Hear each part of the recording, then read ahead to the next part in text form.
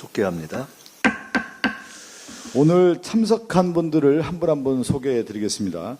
김민석 당대표님 참석하셨습니다. 김민석 당대표님의 모두 발언이 있겠습니다. 네, 우선 아까 처음에 제2차 부산 현장 최고위원회라고 표현했는데 앞으로는 이 표현이 바뀌어야 될 것 같습니다. 제가 전당대회를 하면서 앞으로는 중앙당이 시도당으로 옮겨가는 정치가 될 것이다. 지방주도 성장이 우리 당의 성장 전략인데 지방주도 성장을 뒷받침하는 것은 지방주도 정치라고 생각합니다.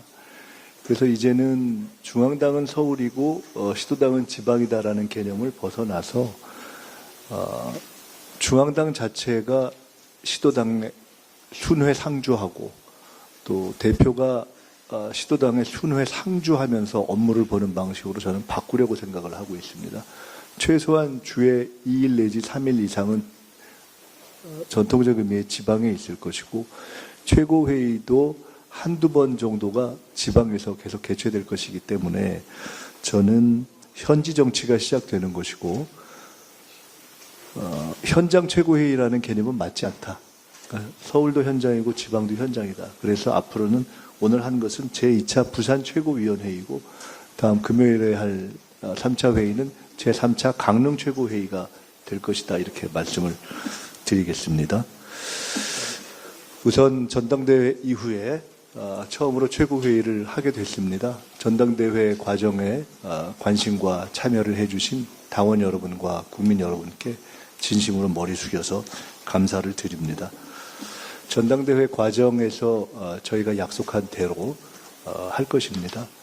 전당대회는 당원과 국민이 우리 당의 방향에 대한 각 후보들의 의견을 경청하시고 어떤 방향으로 가라 할 것을 결정해 주시는 장입니다. 우리 당은 처음으로 1인 1표 당원 주권을 통해서 압도적인 권리당원과 대의원의 선택으로 지도부를 선택했습니다.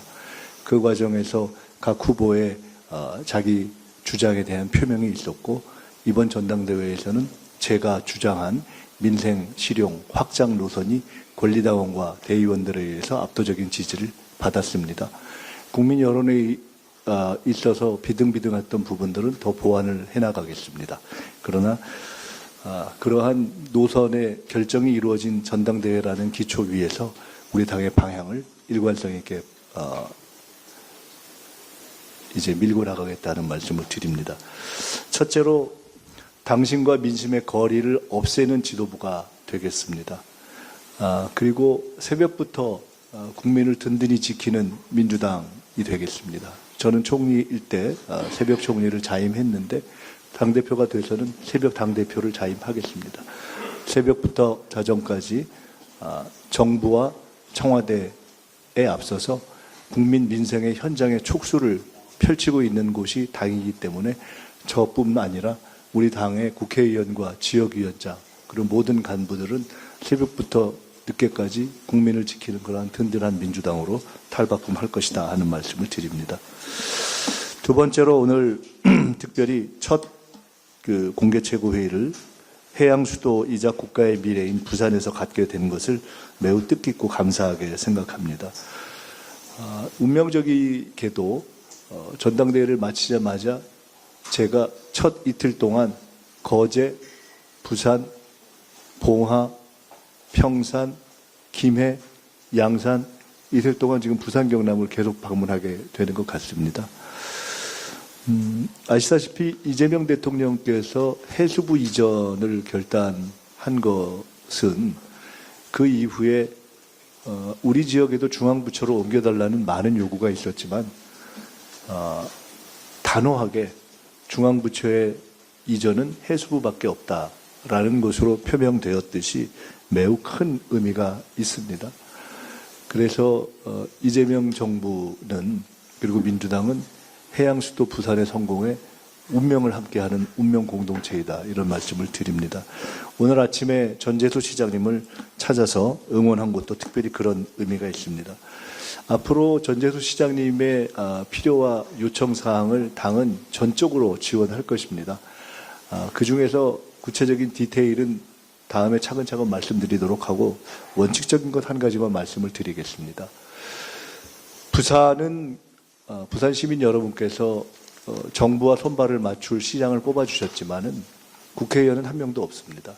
지방의회는 소수입니다. 따라서 국회와 지방의회의 협력이 없이는 부산 시민이 원하는 시정을 펼쳐가기가 어렵습니다. 따라서 부산 시민 여러분께 호소드립니다.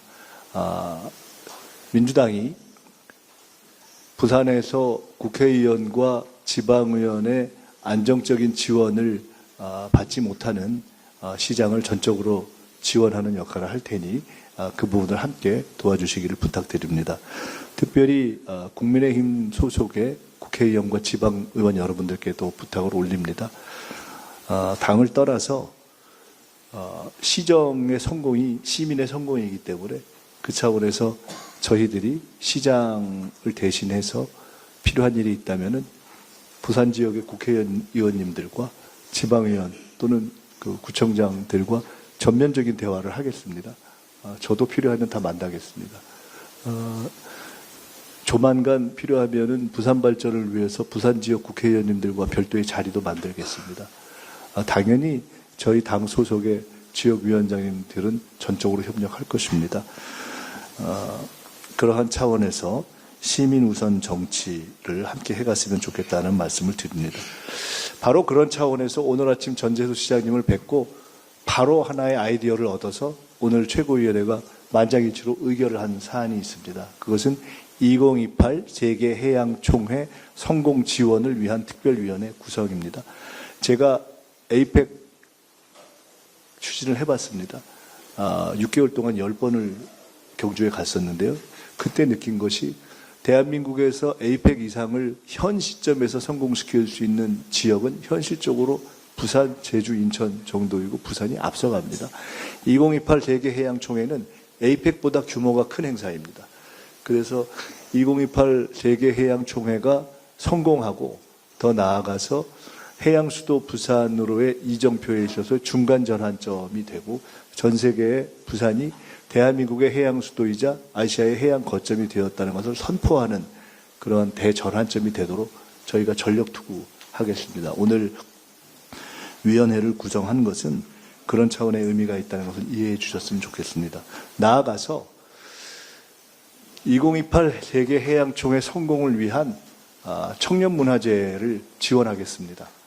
제가 전당대회 과정에서 대구의 김광석 청년문화제, 전북의 김민기 청년문화제, 지리산의 대한민국 전체의 청년문화제 지원을 하겠다고 말씀드렸는데 오늘 시장님을 뵙고 아이디어를 얻어서 제가 부산 지역의 청년위원회가 주도하고 중앙당과 부산시당이 필요한 모든 지원을 다해서 부산의 청년문화제를 열도록 하겠습니다.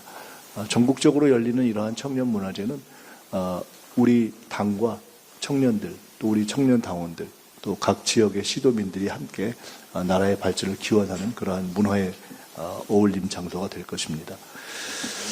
그 다음 말씀드릴 것은 오늘 새롭게 출발하는 민주당 지도부에 관한 말씀입니다. 민주당의 김민석 지도부가 출범했습니다. 이재명 지도부 이후에 이재명 지도부는 내란을 극복하고 정권을 창출했고 정청래 지도부는 1인 1표 국민 주권을 완성했습니다. 그간 이재명 지도부 또 정청래 지도부에 함께 하시고 애써주신 모든 분들께 다시 한번 진심으로 감사의 말씀을 드립니다. 그리고 이 김민석 지도부는 말씀드렸듯이 1인 1표 당원 주권에 의한 첫 선택으로 그중에서 특별히 당원 주권에 해당하는 핵심인 권리당원과 대의원에 있어서는 압도적인 지지를 받고 출발한 지도부입니다. 따라서 이 부분에 있어서는 노선과 방향이 민생 실용 확장으로 당원의 선택을 받은 것입니다. 게다가 우리 당의 역사적인 코어라고 할 수 있는 대의원들의 60%가 넘는 압도적 지지를 받았습니다. 이런 부분에 대한 책임감을 가지고 저희들이 해나가겠다는 말씀을 드립니다. 노선은 명확하게 하겠습니다. 당원이 선택해 준 노선으로 하겠습니다. 인사는 투명하게 하겠습니다. 능력주의로 하겠습니다. 화합은 일 중심으로 하겠습니다. 일을 해가면서 하나하나 함께 합을 맞춰가겠습니다. 개파는 없습니다. 고려하지 않겠습니다. 지도부는 밖을 향해서 힘을 모을 것입니다. 안에서는 수기할 것입니다. 최고위원회의 발언은 효율화될 것이고 최고회의는 원칙적으로 공개될 것입니다. 그리고 비공개를 필요로 하는 사안은 엄수할 것입니다. 현재까지 진행됐던 형식의 최고회의는 국민 여러분께서 알고 계시는 최고회의는 엄격하게는 최고회의가 아니라 최고위원회 공개 발언이었습니다. 이 최고위원회 공개 발언은 시간과 방법을 저희들이 빠른 시일 내에 수기해서 효율적으로 정리하겠습니다. 다른 여러 사안을 결정하는 실제의 최고회의는 대부분 비공개되어 왔습니다. 그 부분을 필요하면 저는 원칙적으로 공개하겠습니다. 국민들과 당원들이 보시기에 이해할 수 있는 논리와 인정할 수 있는 품격 있는 언어로 회의를 진행하겠습니다. 비공개될 사안이 공개될 경우에는 지위 고하를 막론하고 회의에서 퇴출하겠습니다. 논의 수준을 높이면서 저희가 최고위가 솔선수범하겠다는 말씀을 드립니다. 끝으로 당면 현안 중에 하나를 말씀드리겠습니다. 조희대 대법원장 문제입니다. 민주당의 최고회의가 새롭게 출범하는 첫날 사법부에 대해서 발언하게 된 것이 개탄스럽습니다. 저는 어제 오늘 조희대 대법원장 사퇴, 제가 사퇴라고 표현하겠습니다. 조희대 대법원장 사퇴를 보면서 한덕수 전 총리가 생각이 났습니다. 한덕수 전 총리가 대통령에 나가고 싶어서 사고를 치고 탄핵해달라고 구걸했던 모습이 떠올랐습니다. 저희들이 한덕수 전 총리가 원하는 대로 해주지 않았습니다. 그리고 결국 한덕수 전 총리는 스스로 그만뒀습니다. 가장 추악한 말로였습니다. 왜 조희대 대법원장은 한덕수 씨 같은 내란 공범의 길로 가려고 합니까? 왜 그렇게 창피한 길을 자청합니까? 결론적으로 얘기하면 지금 조희대 대법원장이 하고 있는 행태는 자신이 지금까지 한 모든 법률적, 정무적 또는 국민적 잘못을 덮기 위해 또 하나의 법률적 잘못을 범하고 나서 사고 치고 유리창 깬 다음에 퇴학시켜달라고 지금 공부 안 하겠다고 구걸하는 불량 학생의 태도입니다. 아시다시피 조희대 대법원장은 첫째로 내란 사태에는 사법부의 권위를 지키지 못했고 심지어 야합한 것이 아니냐라는 의혹을 현재까지 해소하지 못하고 있고 대통령 선거에는 즉각적으로 개입하는 신속함을 보이면서 그 또한 공정하지 못했다 하는 부분에 대해서 전혀 해명이 안 돼 있는 상태이고 그럼에도 불구하고 헌정 질서의 최소한의 절차적 정당성을 존중하는 대통령과 국회와 국민들에 의해서 인내되고 있는 상태입니다. 그런데 대법관 임명에 있어서 다시 선택적 지원을 몇 개월 동안 끌고 오는 위법 행동을 해온 것입니다. 그것이 여러 가지 국난 극복과 경제적인 어려움을 해결해야 되는 국가적 사정 때문에 단지 심판되지 않았을 뿐입니다. 원래대로라면 이미 탄핵됐어야 마땅한 사안입니다. 그런데 최근에 이런 조희대 대법원장의 잘못이 나오고 이것이 원칙적으로는 탄핵 사안이라는 이야기가 나오자마자 조희대 대법원장이 편법으로 다시 법 정신을 위반하는 지금 행동을 한 것입니다. 법의 정신은 삼권의 화합에 의해서 대법관을 선택하게 되어 있기 때문에 바로 그래서 지금까지 역사적 관례 속에서 우리 헌법재판소의 표현을 빌면 관습법적으로 대통령과 협의해서 대법관을 제청해 온 것입니다. 근데 이것을 하지 않는 무법 사법행위를 지금 실행한 것입니다. 사법농단입니다. 대법원장이라는 사람이 어떻게 이런 사법농단을 부끄럽지도 않게 맨 얼굴로 할 수가 있습니까? 퇴학을 구걸하는 불량 학생과 같다고 제가 이야기한 것이 전혀 험한 얘기가 저는 아니라고 생각합니다. 국민들의 분노는 어제 오늘 저는 하늘을 찔렀을 것이라고 생각합니다. 저는 해방 이후 최악의 대법원장 조희대 씨는 물러나는 것이 맞다고 봅니다. 명예퇴역의 기회를 주기 위해서 국민들이 참여해 왔는데 스스로가 한덕수 씨처럼 불명예퇴역의 길을 자초했다 이렇게 생각합니다. 자기만 법을 지키면 되지 왜 자기가 법을 안 지키려고 다른 헌법기관들에게까지 법을 안 지키도록 끌고 들어가는 구렁텅이 전술을 씁니까? 지금 형식적으로 제청한 것을 그 잘못 때문에 대통령이나 국회가 그냥 절차적 어떤 법 절차를 지키게 하고 만약 그것에 위반이 있으면은 당신들이 법 위반했지 않느냐라고 뒤집어 씌우려는 최악의 법기술자의 지금 농간을 부린 것 아닙니까? 국민이 바본 줄 압니까? 조희대 씨? 조희대 대법원장은 이제 대법원장이라고 부를 수가 없습니다. 법기술 원장입니다. 후배들이 얼마나 창피해야 하겠습니까? 대한민국의 사법부가 이래도 되는 것입니까? 저는 조희대 대법원장이 검찰개혁이 일단락된 마당에 국민들의 분노를 자극해서 사법개혁의 신호탄을 올리는 역사적인 이제 스스로 자기 헌신의 길에 들어섰다고 봅니다. 체면도 염치도 없습니까? 더 문제가 있는 것은 사법부의 태도입니다. 내란이 났을 때 그 이후에 대법관 중에 누구 한 명 문제 제기한 적이 있습니까? 지금까지 우리나라의 법관회의가 내란 이후에 이런 공적인 국민의 문제에 대해서 법관회의를 제대로 한 적이 있습니까? 자기 이익에 관련된 것 말고 사법부가 목소리를 높인 적이 있습니까?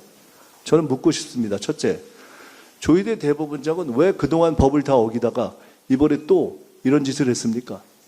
왜 그동안의 관습적 법 절차를 어기고 이번에 대법관 제청을 한 의도가 뭡니까? 잘라달라는 겁니까?